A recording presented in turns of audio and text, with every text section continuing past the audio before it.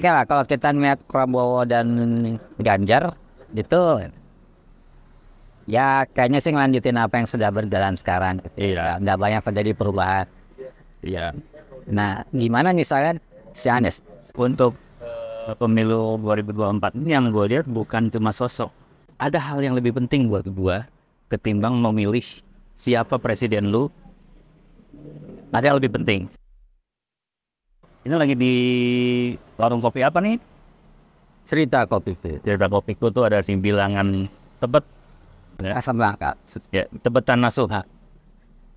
Kalau di Google Map-nya, di Google Map di itunya Tebet ya, bukan Casablanca kan. Pal Batu. Opal Batu nih. Pal Batu. Tuh, pal itu apa ya? Pal Batu, ada pal meriam. Nah, dari dulu gue nggak tahu itu apa sekedar sebutan aja pal. Pal itu kayak tanda aja, itu ada tanda pelang gitu kan. Ini mungkin nggak susah nyebut pelang jadi pal. Oh gitu ya. Pal. Gitu. Satu pal. Orang itu bisa diidentifikasi dari saat dia ketemuan. Oh iya. Dari apanya? Dari obrolannya. Ya jadi gue sekarang sering ngomong jadi seolah-olah emang udah itu satu-satunya gitu. Iya. Tidak ada kemungkinan yang lain. Padahal nggak gitu. Iya. Padahal urusan layangan nggak jadi. Gue nyontek dari ini. Pernah dengar di medsos itu sebetulnya yang ahli filsafat Dr. Farudin siapa gitu. Oh iya, Ingat harus ya. filsafat. Iya. Dia lagi ngebahas soal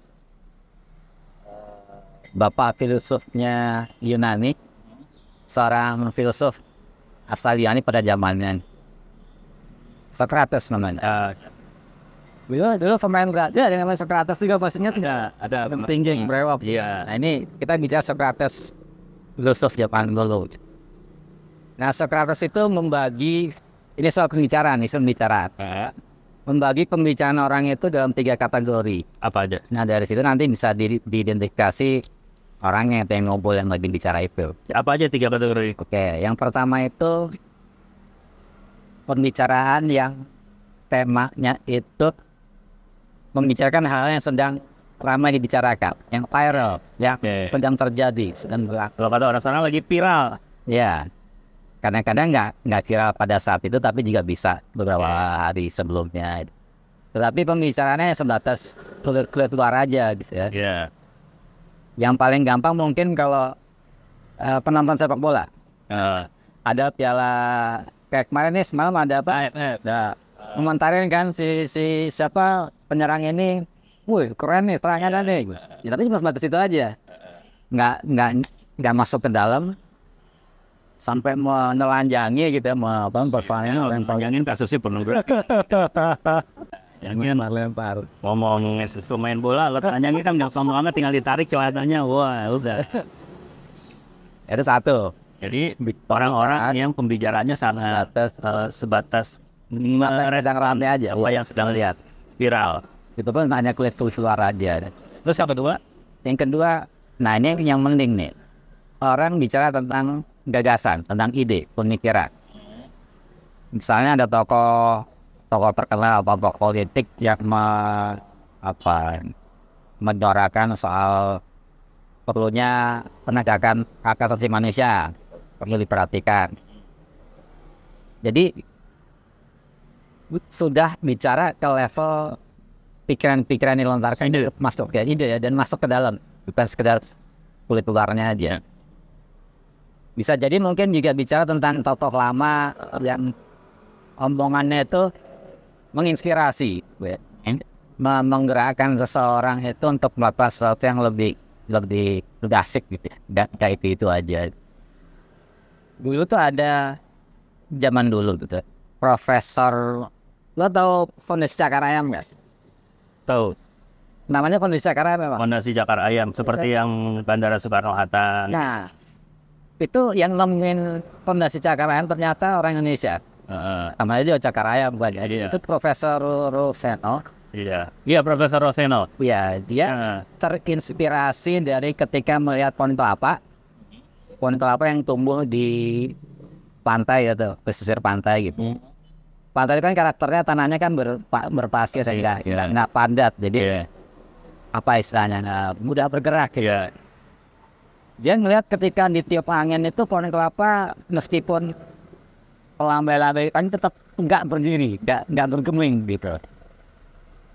Nah dari situ kemudian lahir ini, itu menginspirasi dia. Nah ini ada kata kuncinya, menginspirasi. Ya. Menginspirasi Profesor saya untuk akhirnya menemukan fondasi Cakaram Badyu untuk kondisi tanah yang memang tidak padat, yang tanah yang agak bergerak. Jadi inspirasinya justru dari pohon kelapa. Iya. Bukan karena dia sering makan sop cek Apa bukan pohon jeruk apa kelapa gitu ya? Iya, karena gue pikir karena dia suka makan sop ceker ayam, Iya.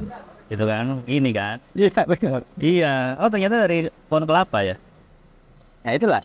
Gue sukanya dia pakai nama itu ceker ayam. Asli banget Indonesia gini ya. Dan itu kan nggak sekedar mengadopsi mentah-mentah, tapi dia memang ya beda lah antara akar dengan fondasi kan. Fondasi harus dimodifikasi lagi. Dia bukan sekedar mengambil terus menerapkan begitu saja, tapi ada modifikasi gitu. Perlu pemikiran matang lagi. Nah, itu pembicaraan yang kedua, pembicaraan yang masuk ke wilayah ini bisa biasa, pikiran yang menginspirasi. Yang ketiga, ini yang paling rendah. Yang paling rendah? Tadi yang pertama apa? Ngomongin kisah kejadian yang viral. Kedua gagasan. Ya. Yang ketiga Ngomongin orang. mungkin orangnya. Itu sih. Salah satunya ngomongin gibah misalnya ya gitu. Ini kalau ya ambil contoh misalnya mama di gang gitu ya, sudah ngomongin tetangganya yang nah gitulah, tulitin hal-hal yang sebenarnya masalah apalah gitu yang penting. Tapi emang terjadi seperti itu. Dan itu menjadi kebiasaan. Iya. Itu menjadi semacam upacara sore hari ya. Apa bedanya yang pertama dengan yang ketiga? Agak-agak sama soalnya. Yang pertama, nah itu kan kalau ini kan cenderung ngomongin orang cenderung kepada hal yang negatifnya ya.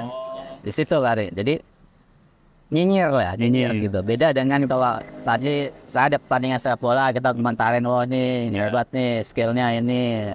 Kayaknya ini bisa dikontrak oleh klub asing misalnya begitu. Tapi ya udah sebatas kulit-kulitan dia. Nah dari situ, dari ketiga pembicaraan kita bisa mengukur lah gitu karakter orang yang bicara. Kalau sekarang kan kita ngobrol nih, ketemu. Ya. Kira-kira kita akan ada di level 1, 2, 3 atau gimana nih? Ya sebenarnya kalau tadi diuraikan 3 kategori itu bukan yang nggak kaku-kaku amat lah. Bukan ingin sakot ngomongin ini tipenya ini enggak gitu. Kadang kan kita juga kalau bicara kan memadukan ketiga hal tersebut. Ya. Tapi intinya di sini apa penekanannya itu orientasinya itu memang bukan untuk menyatukan, mendiskreditkan seseorang. Tak ada itu. Tapi apalah ada hal positif yang bisa kita ambil sebagai pelajaran. Ya, contohnya yang untuk yang pertama nih, misalkan kita ngobrol sekarang yang lagi viral itu kan di masyarakat adalah capres. Iya benar. Calon presiden yang sampai hari ini masih ada 3 calon ya. Ya. Ada Anies, Ganjar, Prabowo. Aturannya memang batasnya 3 apa? Enggak, bebas. Ya tergantung electoral threshold-nya. Partai yang mengusulkan kan harus 50%. Gitu. Nah kalau memang di antara 3 ini ternyata ada partai lain yang ada di di DPR itu bisa ngumpulin koalisi lagi dan itu jumlahnya 20%, ya dia bisa masuk. Ini presidensial threshold itu masih berkibar ya. Ya, namun bisa jadi enggak. Sekarang spekulasinya udah mengarah ke bisa jadi cuma 2 calon. Nah niatnya dari mana tuh? Lihatnya dari ada salah satu yang join. Misalkan Ganjar Anies atau Ganjar Prabowo. Oh sudah ada suara-suara yang nggak mau itu, menduetkan yang tadinya itu calon presidennya, tapi kemudian digayat untuk dijadikan wakil gitu ya. Salah satunya sebagai wakil gitu. Cuma tetap belum final juga, karena kan mereka masih tetap kalkulasi. Kalau nguping-nguping sekilas itu biasanya tuh kalau tokoh partai ngomong itu baru berandai-andai ya. Jadi bukan suara dari, cuma ini masalahnya politik ya. Kadang di titik per hari itu kan suka ada perubahan-perubahan yang ngeselin. Indonesia kan lo tahu sendiri ya. Indonesia itu partai politik itu mengkalkulasi bagaimana tentunya semuanya maunya menang. Gitu. Jadi yang dipikirkan adalah kalkulasi apakah kalau saya duet dengan capresnya si A itu akan menang atau tidak, kayak gitu. Elektabilitasnya bagus atau tidak gitu. Ini masih memang benar sangat bisa berubah atau tidak berubah. Tiga ini masing-masing punya capres sendiri-sendiri yang sampai hari ini juga belum ada satupun capres yang definitif. Cawapres. Nah, sebelum masuk lebih lanjut, ini bagian dari pendidikan politik buat masyarakat kita gitu. Setiap kali ada pengajuan balon itu yang dikedepankan itu lebih kepada sosok nama seseorang. Dan memang sih nama itu kan lekat dalam dirinya itu kinerjanya ya, pasti kerjaan dia selama ini ya. Nah, misalnya gini deh, kalau kemarin PDIP udah angkat Ganjar, Ya. Ganjar apa Ginanjar sih? Kalau Ginanjar itu awas. Sekarang dulu ada Menteri Ginanjar juga, Ginanjar Kartasasmita. aman-aman aja kan? Masuk, Kayaknya udah meninggal ya. ya Ganjar itu kan prestasinya sebagai gubernur di Jawa Tengah kan anjlok ya, bukan anjlok, namanya nggak ada prestasi ya. Misalnya tingkat kemiskinan yang malah makin naik gitu. Nah, maksud gue gini, itu bagian dari pendidikan politik. Jadi, apakah partai itu nggak mempertimbangkan itu ketika dia menampilkan sosok itu? Apa hanya untuk kepentingan rakyat, untuk kepentingan partai aja, tanpa memikirkan yaitu situasi yang ada di mana rakyat yang tidak. Masing-masing punya perspektif dalam menilai ya. Ya. Ada yang menilai Ganjar itu gagal, ada juga yang menilai berhasil. Ya. Ada yang menilai sosok lain dari kekuatannya adalah kemampuan public speakingnya yang dekat dengan rakyat, kayak gitu. Oh ya. Dia pengaruh, apalagi di zaman sekarang dia sangat aktif dari dulu itu di media sosial. Ini tidak bisa dipungkiri berpengaruh juga. Elektabilitasnya dia itu meningkat karena dia selalu hadir di tengah masyarakat yang saat ini dia terkoneksinya ya dengan media sosial, dan dia sangat intens di media sosial. Itu ada pertimbangan. Soal apa kedekatan dengan rakyat, bicaranya merayat lah gitu ya. Nah, apakah ini bukan semacam mengulangi, ini menurut saya gitu ya, mengurangi kesalahan yang kemarin ketika dulu kan sosok Jokowi ini orang yang dianggap merayat gitu, wajahnya wajah deso, Ini orang susah, tapi tidak didukung dengan memanage mengelola pembangunan ini dengan baik. Maksudnya ukuran baik ini begini lah. Oke lah, infrastruktur itu sebagai andalan gitu ya. Rakyat pengen lihat kan, kemudian langsung lihat ini hasilnya infrastruktur. Tetapi kalau kemudian infrastruktur itu dijual ke asing kan, itu nyambut ya. Banyak BUMN yang ternyata bangkrut misalnya gitu ya. Nah ini artinya pengelolaannya yang nggak matang, yang tidak dikalkulasi secara benar. Oke, dari sisi kepribadiannya merayat, ngomongnya asik gitu ya, dengan rakyat. Tetapi sekali lagi meskipun didukung oleh para menteri yang cerdas lah menurut ukuran benar mendukung, tapi juga menyisakan persoalan-persoalan yang buat kita ganjel gitu ya. Nah rakyat dicekokin dengan infrastruktur yang lihat langsung, tapi nggak ngerti di balik itu apa yang terjadi. Oh iya, Nah, apakah itu akan terulang lagi misalnya dia mengangkat sosok Ganjar yang dia asik kalau di medsos itu ngobrolnya apa? Ya, kalau menurut persepsi masyarakat yang memang masih punya daya kritis, Ganjar maupun Prabowo kan sama-sama akan melanjutkan Jokowi, Ya, ya, dianggap itu. dianggap itu. Novo yang dianggap pembaru adalah atau yang mengusung ide-ide perubahan adalah Anies. Punya sikap lah gitu ya, punya. Iya, karena memang kita tahu kan sejak Anies jadi gubernur DKI pun polarisasi masyarakat itu kan udah kebentuk. Ya, warisan dari Ganjar dan Prabowo. Iya. Nah ini jadinya ya memang masih gampang juga nih orang kalau milih Ganjar dan ya mungkin pemerintahan kita nggak akan ada perubahan karena akan melanjutkan 3N akan lanjut, investasi Cina akan lanjut, Ya, gitu. Yang saat ini polarisasinya benar-benar berbeda ya Anies, karena memang dia di luar circle. jelas-jelas. Iya. Nah ini Nah, menurut lo gimana tuh kalau sosok Anies?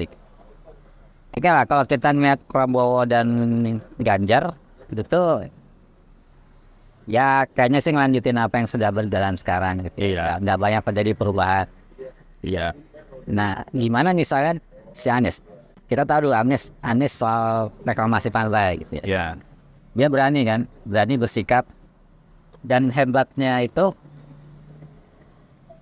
ini gue bukan pendukung Anies ya, tapi Iya. gue mau dilakukan. Dia tuh punya argumen yang kuat. Di Cantolnya itu peraturan undang-undang dipakai.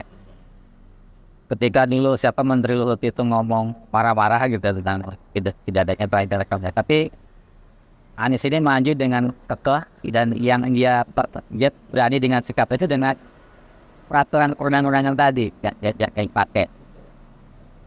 Nah, artinya untuk di Indonesia ini dibutuhkan orang yang nggak sekedar misalnya kan kesannya kalau kemarin itu Jokowi berani ngomong begini-begini tapi kelanjutannya nggak ada ininya, nggak ada hitung-hitungannya gitu ya.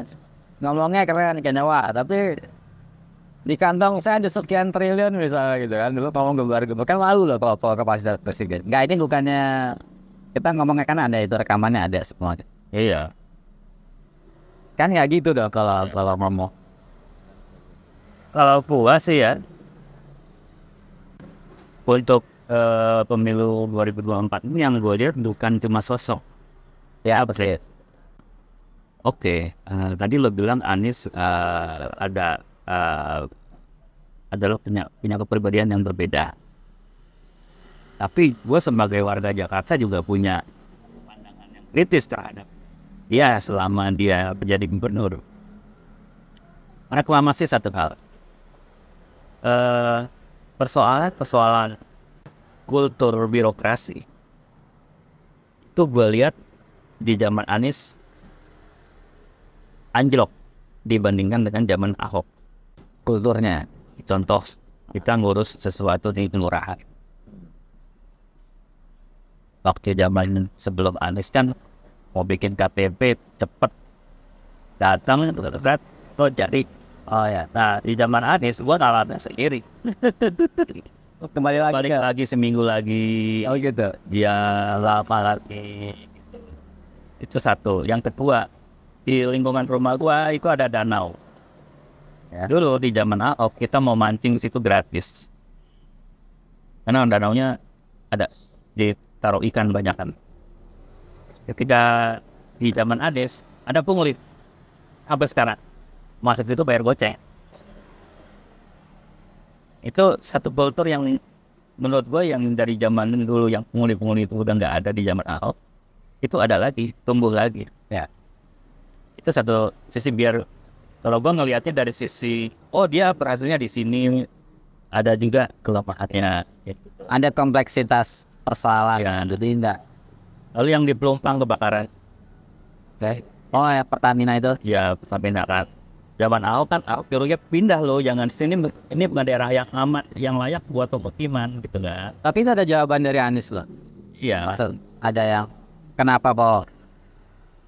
Ya karena kalau menurut gua menilai gubernur gua ya, Anies sebagai gubernur gue kan, tadi itu, gue lebih sepakat itu memang direlokasi, karena emang itu daerah yang sangat nggak nyaman, nggak aman gitu loh. Ya saat itu malah Anies memberikan KTP, sehingga ya itu menjadi pemukiman yang seolah-olah resmi buat masyarakat, padahal tuh nggak aman. Akan ada satu saat itu kebocoran lah segala macam. Entah itu kebocorannya disengaja atau tidak disengaja, yang jelas itu emang tanahnya bukan buat pemukiman, peruntukannya. Nah, itu buat gua Anies itu kelihatan permisif sama kepentingan rakyat, yang meskipun belum tentu itu aman buat rakyat. Gitu loh. Ini Sampai ada kasus baru kelihatan. ternyata gitu kan. Ini konteksnya bukan nyalahin ya, tapi mengevaluasi. Nah terus gue kembali lagi yang gue bilang tadi, gue nggak ngelihat sosok orangnya doang, gue nggak akan ngelihat Anies, nggak akan ngelihat cuma Anies, cuma Ganjar, cuma Prabowo, tetapi partai-partai yang akan berkuasa ketika salah satunya itu menang. Ya. Kalau kita misalkan Ganjar menang, misalkan konstelasinya tetap yang tiga ini ya, Ganjar menang berarti kan terbayang ya PDIP ya. Itu ada 2 periode loh dipimpin sama PDIP. Dan ya, buat gua, kalau gua pribadi, udahlah ganti duit. Enak kali ya. Mules enak. Kayak gitu ya. Enggak. Udahlah gantilah gitu. Udah banyak yang itu. Tapi entar si wanita besinya, satu-satunya wanita besi di dunia. Ya apa kan ini kan sikap gue Ya. gitu. Jadi gue nggak cuma ngelihat tokohnya, yang gue lihat juga adalah partai-partainya. Ya kalau ini biar rakyat juga gampang lihat persoalannya gitu ya. Benar yang dibilang bahwa kita nggak bisa cuma ngelihat sosok, meskipun memang dibutuhkan sosok yang menjadi motivator, yang penggerak, itu penting, leadershipnya penting. Tapi kenyataannya kita dihadapkan kepada ibaratnya ini apa, kayak bentuk oase gitu ya. Oase itu sekumpulan air, Kayak oase kalau gitu. mata air. Kayak kumpulan apa gitu yang kita kalau di luar sih ngeliatnya kayaknya gampang gitu ya. Karena kita ada di luar. Tapi ketika kita di dalam ngalamin sendiri, itu gimana peliknya, pusingnya, bingungnya memanage sekian kepala yang punya kepentingan masing-masing, punya kekuatan masing-masing, punya semacam jasa yang kita masih nimbang-nimbang ada balas jasanya gitu ya. Ya kayak sekarang kalau partai itu dukung dia kan, dananya partai koalisi itu jagoin dia. Tapi kan nanti ada itu nganteng. Nggak mungkin Pak. Ada tiket. Jadi kalau kita belajar dari pemilu-pemilu sebelumnya juga persaingan politik pemilu ini juga nggak final sampai benar-benar diumumkan kabinet. Ya kayak kemarin Prabowo sama Jokowi ada di 2 kutub yang berbeda. Ketika Jokowi menang, Prabowo gabung, di mana pendukungnya banyak yang kecewa. Ya. Ini kayak gitu. Di Indonesia itu sangat memungkinkan itu terjadi. Gitu. Ya. Jadi mau apapun yang disampaikan oleh para capres sekarang ini, itu jangan terlalu ini pasti keren. Belum tentu juga. Bisa jadi bahwa Anies nanti menang, ada partai-partai yang juga akan masuk ke koalisi baru, koalisi pemerintahan lagi. Karena budaya politik di Indonesia, menurut kacamata gue nih, kacamata murah, Murah. Sama 15 ribuan ya. Iya. 15 itu 2. Buy one get one. Gitu. Tahu apa mas? Iya. Nah, Bisa dilihat nanti dari budaya politiknya. Budaya politiknya dari itu politik di Indonesia itu kita tidak pernah punya partai yang oposisi benar-benar oposisi. Bahkan oposisi pun bisa dinego untuk bergabung ke dalam pemerintahan. Dalam pemerintahan Jokowi lah. Contohnya Gerindra yang tadinya berseberangan masuk menjadi bagian dari pemerintah. ya Nasdem bahkan sekarang lepas dari koalisi dengan segala resikonya, gitu ya. Bisa jadi nanti mereka kalkulasinya wah beda lagi nih, saya tetap harus koalisi sama PDIP deh nih, gitu. kata kuncinya budayanya dia Iya. kalau kota. Jadi kita nggak pernah punya budaya yang memang pemerintah ketika berkuasa akan berhadapan dengan oposisi yang akan benar-benar mengontrol secara objektif dan tetap bertahan tetap mengontrol gitu loh. Nggak mudah digiurkan dengan negosiasi politik untuk udah lu duit gua mulu, lu masuk aja dah, gua kasih nih jatah menteri. Kan kayak gitu budaya politik kita. Ya, tapi itu juga mungkin berawal dari itu maksudnya apa? Lanjutan dari ada nyanyi nggak Pak? Lanjutan dari adanya polarisasi yang semakin tajam. Budaya kita kan beda dengan budaya masyarakat barat ya. Jadi demokrasinya watak demokrasi apa demokratis sih? Demokrasi. Watak demokrasi masyarakat itu kan meskipun ada perbedaan yang begitu tajam tetapi tidak sampai melebar ke yang kita tahu lah kalau di Indonesia gimana sih akhirnya gitu ya. Agama dibabah nanti Ya, itu dia. agama dibabah. Nah ini ngeri kan. Nah ini kalau menurut gue ini ada faktor ini juga yang menyebabkan tokoh yang dulu diusung oleh mereka yang menamakan posisi itu kemudian berpikir ke arah situ. Bayangin gitu kalau para buzzer itu semakin tajam memperkarakan mereka para pengkritik dengan ancaman pidana. Ya. Kalau kemudian tidak direjam, Ya. didinginkan suasana itu, Ya. artinya ya udahlah untuk supaya ini negara bisa jalan bisa berjalan dengan baik ini diadamkan, didinginkan. Salah satu caranya ini. Itu mungkin salah satu alasan juga yang disampaikan oleh Prabowo ya, dia masukkan ke kabinet. Bayangin loh dari presiden masuk ke menteri gitu ya, masuk akal gitu. Berarti kan ya nggak bisa disalahkan juga masyarakat yang punya pandangan kok gitu banget sih. Nah, iya, ya itu namanya budaya. Ya. Budaya itu juga menyangkut cara berpikir kan. Iya. Hitam putihnya itu kebangetan gitu. Iya. Soalnya nggak ada tar menawar, padahal yang buat kita. Dan ketika dihadapkan pada persoalan yang lebih besar kan nggak bisa kita ideal kita tetap maju terus muka kayak kacamata kuda gitu ya, nggak lihat mereka nggak bisa. Nah masyarakat kita kan gitu, kebanyakan emosionalnya tinggi. Iya. Emosionalnya tinggi sehingga mudah sekali dipengaruhi oleh informasi-informasi yang belum tentu benar, hoax. Ya. Gitu. Nah itu fungsinya budaya kan, budaya. Tapi kan bingung kita, budaya itu kan gimana bisa membentuk masyarakat dengan budaya yang kita harapkan. Kalau itu berapa tahun merdeka kita, cuman kita baru 8 tahun merdeka. Tapi kedewasaan kita makin parah gitu ya. Jadi misalnya kita sering lihat di beberapa kehidupan di luar politik gitu, sikap arogansi sendiri. Ya. Itu mah tersumber. Merasa kuat, kalau nggak suka main antep. Iya. Itu terjadi baik di tataran masyarakat. Iya. Jadi di masyarakat Mau di partai politik, mau di ormas, ya kan, kayak gitu. kan susah. Iya. Mau Indonesia umurnya 200 mungkin tuh begitu. Tapi nggak 200 tahun Indonesia deh.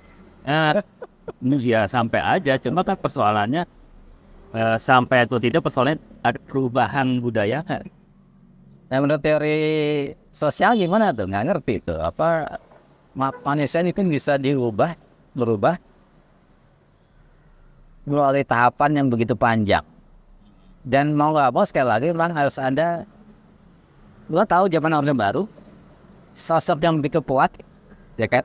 Dia penentu segala, sehingga bisa meredam. Meskipun itu api dalam sekam gitu ya. Tapi adem gitu. Iya. Bukan begitu. Iya, tetapi bukan berarti itu juga bagus. Iya, ada pilihan.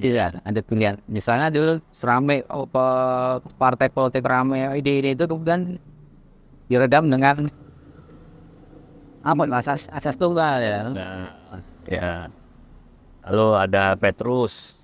Itu mudah. Jadi untuk budaya seperti ini perlu tindakan yang di luar kebiasaannya atau di luar cara yang bisa dilakukan untuk masyarakat yang sudah dewasa gitu. Iya, dan itu kan berproses. Kalau gue ngeliat gini, Indonesia di zaman Orde Baru kita biasa hidup dibungkam, sehingga kita nggak berani untuk menyampaikan kritik. Karena orang-orang yang kritis, kita udah tahu nasibnya akan seperti apa. Ya. Ya, setelah reformasi yang nggak ada hasilnya, tapi tetap masyarakat kita beranjak. Masyarakat kita semakin berani untuk menyampaikan Dari sisi keberanian menyampaikan pendapat. Iya. Tidak lagi takut karena memang orang yang mengkritik tidak akan mengalami nasib seperti di zaman Orde Baru, di mana sudah banyak tokoh-tokoh masyarakat, akademisi, ahli hukum, ya aktivis-aktivis yang memang sadar hukum dan mereka membela masyarakat yang kritis, gitu loh. Lo nggak bisa sembarangan ditahan, gitu loh. Nah ini prosesnya semakin berkembang sih. Nah coba dalam proses yang berkembang euforia kebebasan itu akhirnya bablas menjadi asal hitam titik, asal ceklak, ya. Makanya di zaman SBY dibilang bola segala macam gitu kan. Ya. Di zaman Jokowi lebih parah lagi. Jokowi anak buat Jokowi itu banyak banget kan. Gitu. Tetapi kan SBY dan Jokowi bukan orang yang seperti Soeharto.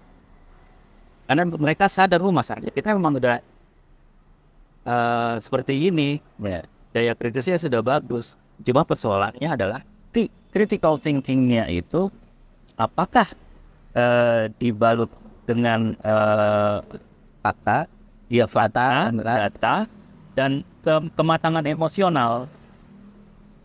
Masih banyak masyarakat kita yang lo bilang tadi, kebenaran itu ditentukan oleh emosinya, bukan oleh berpikirnya, logikanya.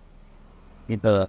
Wah, selama itu sesuai dengan preferensi emosi gua, berarti ini benar nih. Ya, istilahnya tuh post-truth, era post-truth, di mana kebenaran ditentukan oleh emosi, bukan oleh logika.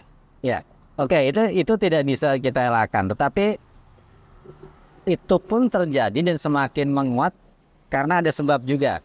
Misalnya gini, tidak ada asap kalau tidak ada api. Iya. Misalnya api. Bisa ada persoalan-persoalan yang rakyat protes lah gitu, kritik. Itu benar, persoalannya bukan persoalan yang diada-adakan gitu. Iya. Tapi kemudian sikap pemerintah jawaban yang kayaknya skemanya aja. Lo ingat nggak dulu kasus-kasus yang pemerintah tuh jawabnya bikin kita kesel gitu ya. Apa? Lo punya data apa gue ya? Dari hal yang sepele, misalnya di sarden ikan tuh ada ikan tuh ada cacing. Pemakaian itu vitamin. Ya itu saya anaknya aja, gitu ya. Itu salah satu contoh kecil aja, remeh-temeh. Belum lagi dalam soal saya menyangkut program negara, gitu ya. Apa, misalnya? Ya nggak, kita berkaca ke COVID lah. Di awal ada COVID, pemerintah kita masih kayak bercanda gitu. Ya, maksudnya intinya gue adalah itu lagi, tidak ada asal, tidak ada. Artinya sikap rakyat itu bertambah seperti itu karena memang ada stimulus, ada penyebabnya. celakanya penyebabnya itu justru dari data yang seharusnya dia sebagai pengarah yang bisa menyalurkan yang positif, yang berpikiran sehat gitu. Gak asal ngejeblok aja itu juga. Iya. Kalau rakyat ngejeblok iya rakyat, tapi kalau pemerintah ngejeblok kan nggak seru gitu. Iya. Ngasih gitu. Jadi gimana itu kita kayak ada dalam pusaran yang ribet gitu, kayak benang kusut perhatiin dari mana gitu mau harus murainya gitu yang ini rakyat udah mau seharusnya diajarin. Oke, keberanian untuk menyampaikan pendapat itu perlu diarahkan, dibenarkan. Tapi kemudian ada percik-percik api yang membuat ini semakin ngawur lah gitu ya, dan gitu tindakannya. Coba sekarang yang mengarahkan secara berpikir secara logiknya itu siapa? Bukan tindakan langsung kita di pidana itu. Bukan tangkap kritiknya, bukan orangnya. Iya. Rasanya keren bos. Iya. Tangkap kritiknya bukan orangnya. Kita masih kadang-kadang yang ditangkap orangnya. Gagasan dari kritik itu kan. Itu. Rada-rada tablo gitu kan. Apa ketika Khalil Gibran ketika dunia sedang mengalami kebuntuan, nggak tahu mana pangkal ujungnya, ini mesti gimana, akan muncullah seorang filosof yang akan mengurai persoalan ini diuraikan, ditempatkan diletakkan pada tempat-tempatnya, mana yang itulah pokoknya ya. Nah di kita ini ada satu orang yang ini bukan muji-muji, tapi emang ternyata dia muncul gitu kan, meskipun hanya dalam satu aspek. Dia sendiri nggak cukup bisa untuk mengubah gitu ya. Iya. Ini misalnya Rocky Gerung, emang dia seorang filosof gitu kan, ya, guru dosen filsafat. Iya. Tangkap kritiknya bukan orang. Jadi ketika dia melakukan kritik itu, nangkep nggak yang dikritik ini? Iya. Persoalannya di mana? Tapi karena kelabakan, karena kan itu dibelokin. Gitu. Iya. Dan itu yang melakukan itu justru dari juru bicara, ya, juru bicara pemerintah gitu. Nah ini ribet kan? Apakah emang kita ditakdirkan seperti itu bangsa Indonesia kan? Ya, kalau gue sih percaya proses ya. Kita tahapnya baru sampai situ. Kita belum dewasa untuk menerima kritik ya pemerintah kita. Nanti juga yang sekarang banyak mengkritik lalu nanti berpuasa belum tentu. Nah, ya. Belum tentu juga bisa menerima kritik. Oke lah, sekarang mungkin di luar mereka bisa. Iya, karena mereka ada di luar kekuasaan. Ya. Nanti ketika mereka sendirian ngalamin. Iya. Ya contoh lah yang 2 periode ini circle-nya tuh berkuasa. Dulu mereka betapa kritisnya. Tapi ketika berkuasa, ya sama-sama nggak bisa menerima kritik juga. Gitu, sama-sama arogan juga. Ya. Ya gitu. Gue sih ngeliatnya bahwa kalau kita ngomongin politik di Indonesia ini, gue punya batasan bahwa mereka, orang-orang politik ini, yang mereka kejar cuma kekuasaan. Mereka nggak benar-benar mengejar bagaimana bisa menyejahterakan rakyat. Nggak sampai ke sana. Dan itu amanah konstitusi itu. Iya, dan semua nggak sampai ke sana. Kita udah zaman reformasi lah, udah berapa kali ganti presiden. Semua pemerintahan yang berkuasa tidak benar-benar berupaya punya target menyejahterakan masyarakat. Semua hanya bagaimana mendapatkan kekuasaan, berbagi kekuasaan. Lalu bagi-bagi kementerian yang masing-masing punya akses dana yang akan dikelola oleh kekuatan politiknya, partainya. Sampai ada masyarakat. Contoh lah kemarin korupsi BTS ya di Indonesia Timur, Tower, nah, gitu kan? Oh yang saya menteri Kominfo ya, itu kan dari Nasdem. Lu bayangin dari 10 triliun dikorupsi 8 triliun. Jokowi sendiri kemarin ngomong kan sempat dana stunting dari 5 triliun dipakai 3 triliun cuma buat meeting-meeting. Kan betul. Itu. Karena itu tuh menyebut mereka memang benar-benar tidak mencari kekuasaan untuk rakyat, hanya mencari kekuasaan untuk kepentingan. Hanya wajar apabila ada orang-orang yang gua nggak apatis terhadap pemilu. Percuma deh, siapapun presidennya, siapapun pemilih pemerintahannya, mau partai apapun, nasib kita nggak akan berubah. Oke, tapi banyak loh orang-orang yang kayak gitu. Nah, tutup. Mereka akhirnya bawa golput. Nggak bisa disalahkan, dari dua bilang juga. Tidak ada asap. Ya tidak ada asep. Karena asep yang ngerokok. Salah kita dihadapkan kepada situasi yang memang kita seakan-akan seperti apatis gitu ya. Iya.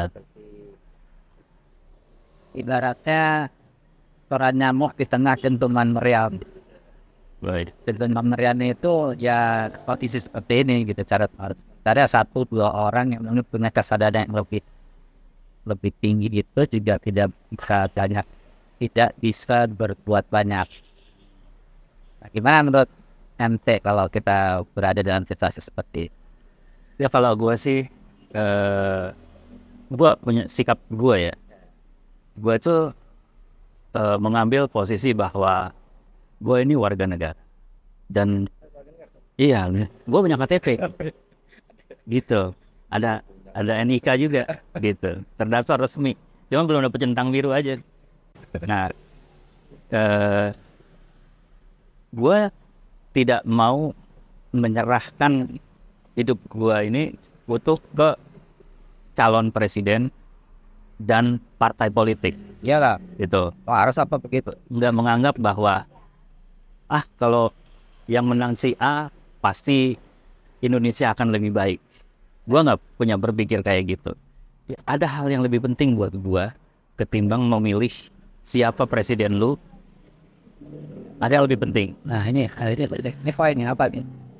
Yang lebih penting adalah bagaimana kita punya kedewasaan dalam berpikir, dalam bersikap politik, yaitu dengan menghormati orang yang punya preferensi politik berbeda sama kita. Karena polaritas yang ada kemarin itu semakin terbakar dengan ketidakdewasaan dalam memandang perbedaan. Gitu loh. Nggak bijak ya? Nggak bijak. Merasa bahwa presiden yang gue pilih pasti akan membuat Indonesia lebih baik. Presiden yang lo pilih akan bikin Indonesia hancur. Kan masih hitam putih gitu. Nah, udah nggak zaman kita masih begitu loh. Kita harus udah berpikir bahwa gue punya pilihan ini, lo punya pilihan itu. Ya tinggal kita lihat aja. Nanti apakah harapan-harapan gue dengan presiden gue itu akan terwujud atau tidak. Sikap berikutnya adalah meskipun nanti misalkan presiden pilihan kita menang, kita tetap kritis terhadap pemerintahan tersebut gitu loh. Sikap gue selama ini kan kayak gitu. Sikap asli kita. Aslinya ya gue kritis siapapun presidennya. Walaupun gue pernah memilih Jokowi, tetapi kan konten medsos gue membuktikan bahwa gue selalu mengkritik yang menurut gue nggak pas gitu loh.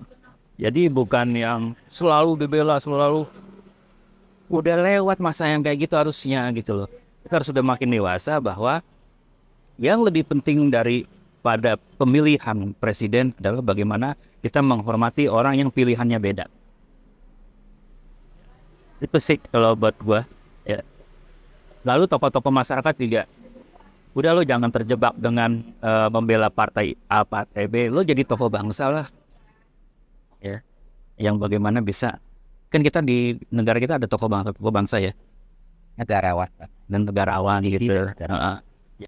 Sikap mereka itu tidak didasarkan oleh like and dislike, tapi utuh melihat bangsa ini.